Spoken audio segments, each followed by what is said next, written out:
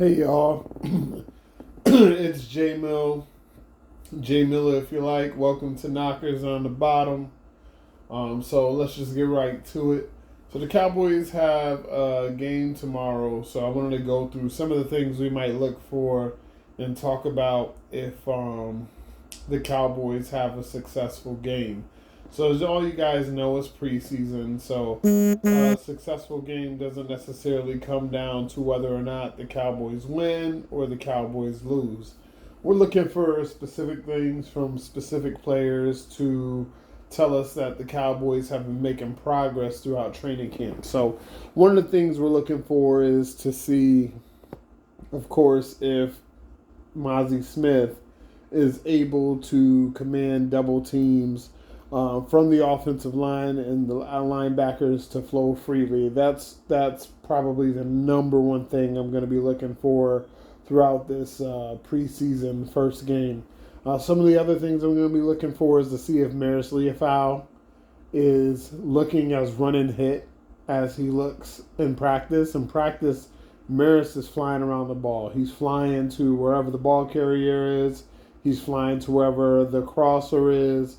So I kind of want to see if some of that stuff is still happening, and that actually goes hand in hand with Mozzie Smith, because if Mozzie's doing what he's supposed to do, and the other defensive tackles are doing what they're supposed to do, and the defensive linemen are, holding the point of attack, then Maris Leafau will be able to fly to the ball, and so will the other linebackers. Some of the other things I'm looking for is to see if Kalen Carson looks as good against these receivers as he does in practice. In practice, he's covering people, he's batting balls away, he's getting interceptions, he's sticky, he has a high IQ, he's using the boundary to his advantage. I want to see if some of those same things happen in this preseason games. Also, same thing with the safeties. The safeties look great. Wanye Thomas, amazing.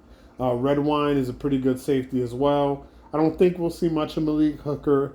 I don't think we'll see much of Donovan Wilson. Those guys are pretty established. If we do, it might be a series and then they're out. So looking for some of the other guys. I think Marquise Bell will play a little bit more in this game, but not much as well.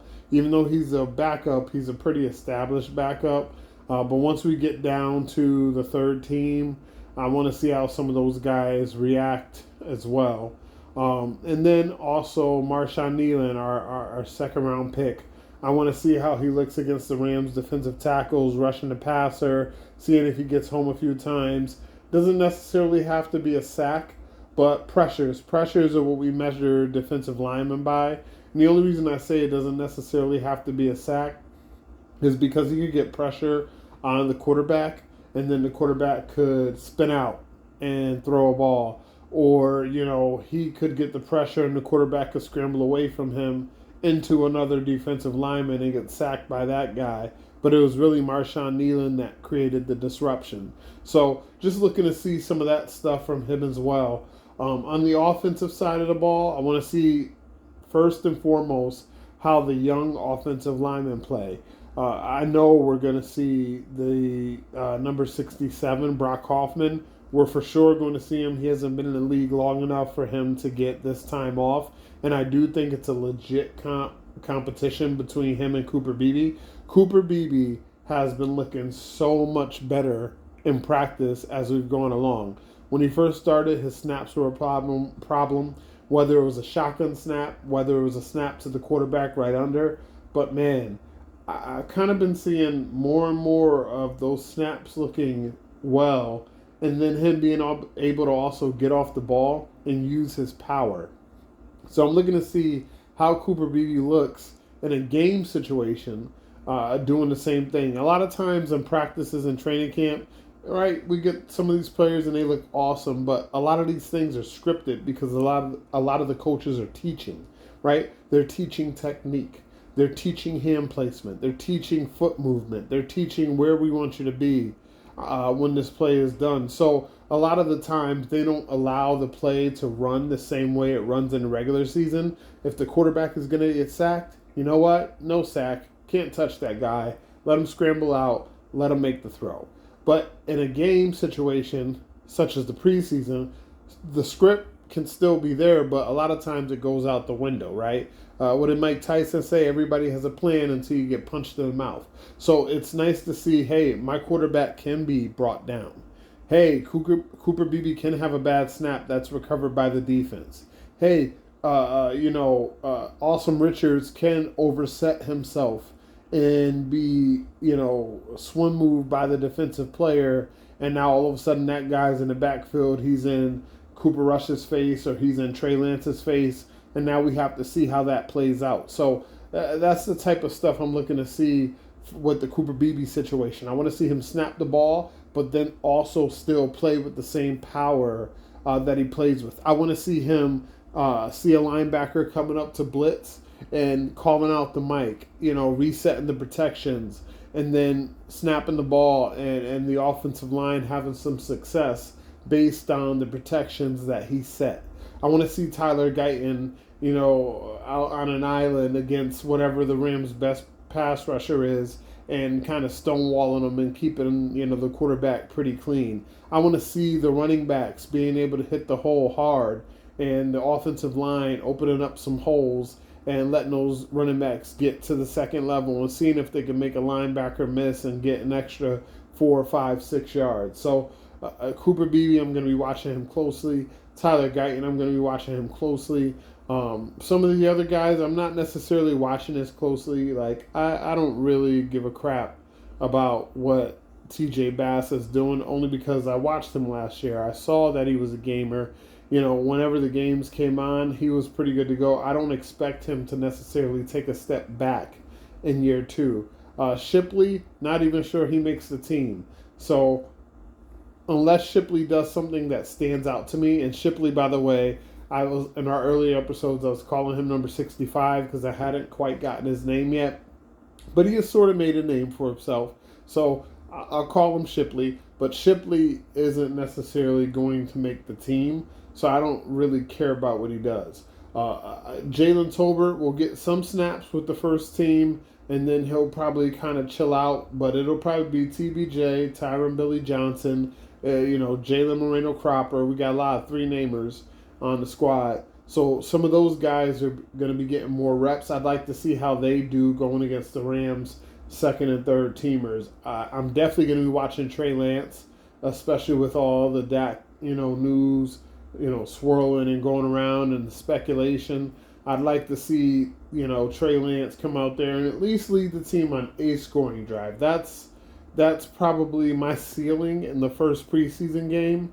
It doesn't necessarily have to be him going out and just dominating. Although if he does that, that'll be interesting to see how everybody takes it come Monday morning. But I much more want to see him put together a scoring drive and him put together some sort of consistency.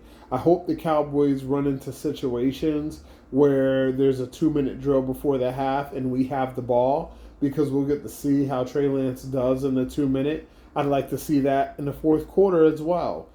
Fourth quarter coming down, maybe 2-minute, 4-minute, 6-minute situations. It's interesting how NFL teams like to break things down into 2-minute intervals.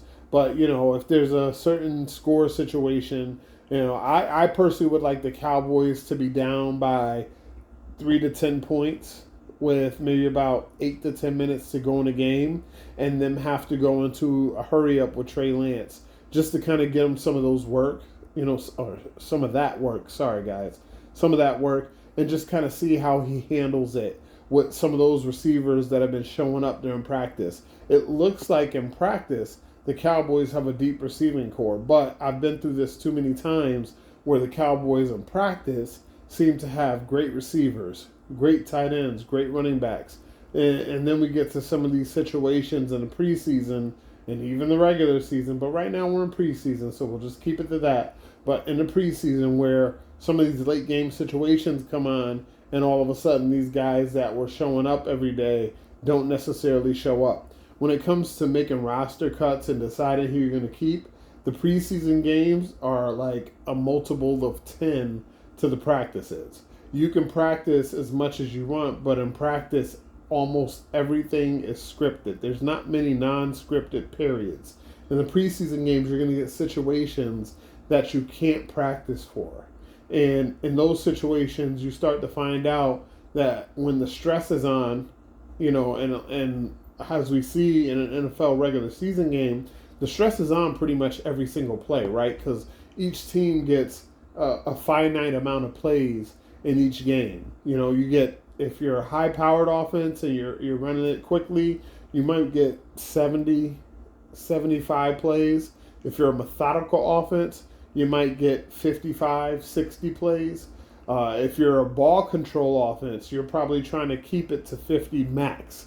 So, a lot of these times in the preseason, you're going to get these things that you can't practice for, right? You're going to get these situations that are quote unquote real, even though it doesn't count in the end of the season win or loss standings. You still end up with a lot of very real situations. And a lot of the times the coaches go back and evaluate that film and they weight those decisions much heavier than they weight the scripted decisions in practice. The reason they give you the scripted decisions in practice are to prepare you for the unscripted decisions you have to make in games. Not just preseason games, but regular season games. But this is where we're at this point. So, want to see Trey Lance in those scenarios. Want to see who stands out amongst the running backs. I don't think we'll see much of Ezekiel Elliott. I think the Cowboys are pretty resolute on making sure he makes the team. It doesn't matter how good or bad he looks. He's probably on the roster. I'm sorry to tell you guys this, but Ezekiel Elliott is not going anywhere. So I think you'll see some Rico Dowdle, but but I'm anxious to see Nathaniel Pete. I'm anxious to see Royce Freeman. I'm anxious to see Hunter Lipke and see how he's grown and see some of those guys. So Snoop Connor has been making plays in practice. Would like to see how he makes plays in a regular game setting. So I'll be watching the running backs really closely as well. But yeah, special teams, I'm anxious to see how the kickoff return looks. I don't know if we'll see Kevontae Turpin. We might see him on an early return or two.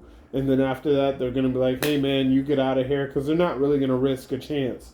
Their best returner. And he's not their only returner. Rico Dowdle can do some returning. Deuce Vaughn can do some returning. Ryan Flournoy can do some returning. So they have other people on their roster who can do returning. But, he's a Pro Bowl returner. So they're not going to throw him out there for all the returns in the game. But I'm anxious to see how some of that stuff goes along too, just because the kickoff and kickoff return is so new. I'd like to see. I know they're not going to reveal much. I don't expect to see many complicated defenses. If you ask me, I think the Cowboys are probably going to play 2, maybe 3 coverages max the whole game. You'll probably see some cover 2. You'll see some cover 3. And then you'll see some man-to-man press. And they'll put those guys in those situations just so that they can see how they react. But there won't be any exactness. There won't be any fireman zone. There won't be any man over. There won't be any pass-offs. And by pass-offs, I mean, hey, we're going to show man at the beginning of the route, and we're going to go up the field like it's man, but as soon as dude throws a crossing route in front of me, it's not man anymore. Now it's zone. He's going to the next defender, and that defender is going to treat it like it's man until he leaves his zone, and then the next defender is going to treat it like man until he leaves his zone. Or the other ones, too, where you see the 2 safety high at the beginning of the play, and one safety drops back deep once the ball is snapped, and the other safety plays a robber, and he kind of roams the middle of the field so that if anybody comes into his zone, he takes that guy. A lot of times that's how you get your interceptions by the safeties, because the quarterback doesn't see that robber until he lets go of the ball, and then boom, he undercuts it going the other way. We're not going to see any of that type of stuff. If we see any interceptions in the preseason, it's going to be simply based off the cornerback or the safety beating their man. As far as lineups are concerned, I think I've been pretty clear about who we're not going to see. We won't see Dak Prescott. We won't see Ezekiel Elliott. We will not see Zach Martin. We'll probably see a little bit of Terrence Steele, but he'll be out pretty early. We won't see, CeeDee Lamb, even if he signs his contract and come in, we won't see him. We will see some of Jalen Tolbert, but that'll be pretty quick. We will not see Demarcus Lawrence. If we do, it'll be for a series. We will not see Eric Kendricks. We will not see Trayvon Diggs. We will see maybe a smidge of Deron Bland, but we're not going to see Malik Hooker.